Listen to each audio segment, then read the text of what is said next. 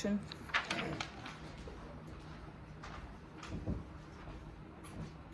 Have you ever remembered a commercial, movie line, or brand label saying one thing, but it turns out to be something else?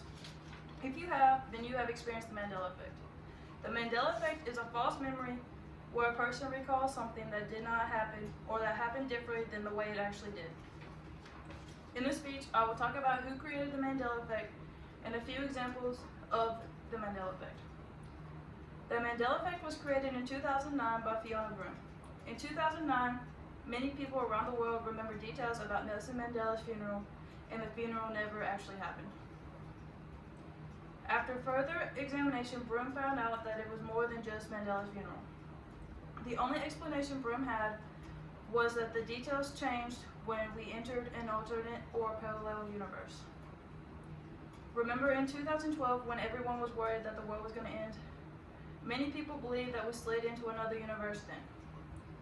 Some examples of the Mandela effect are made from human error in media, where people take tabloids and believe them, such as sightings of Elvis Presley even after he died.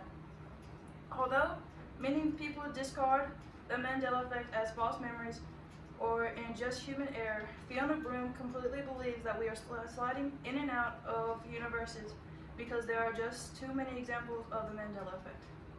All this information I got was from Fiona Broome's website, The Mandela Effect.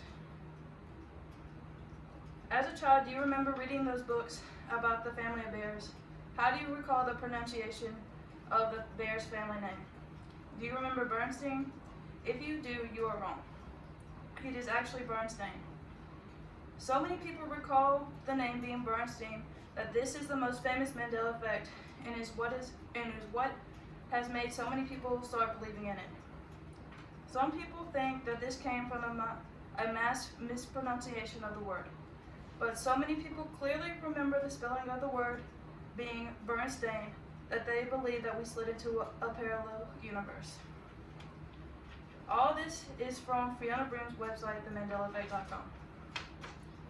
Next, do you remember the cartoon with Bugs Bunny and Daffy Duck?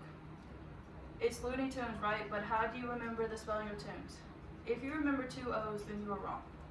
The correct spelling of Looney Tunes is Tunes, like a song. After MandelaEffect.com says that everyone that remembers TOONS slid into a reality where it was the correct spelling and then slid back into this reality without noticing. Today I've explained to you what the Mandela effect is and given you a few examples. Now it is your turn to decide whether or not it is a mass mistake or if we are sliding in and out of realities. Yes.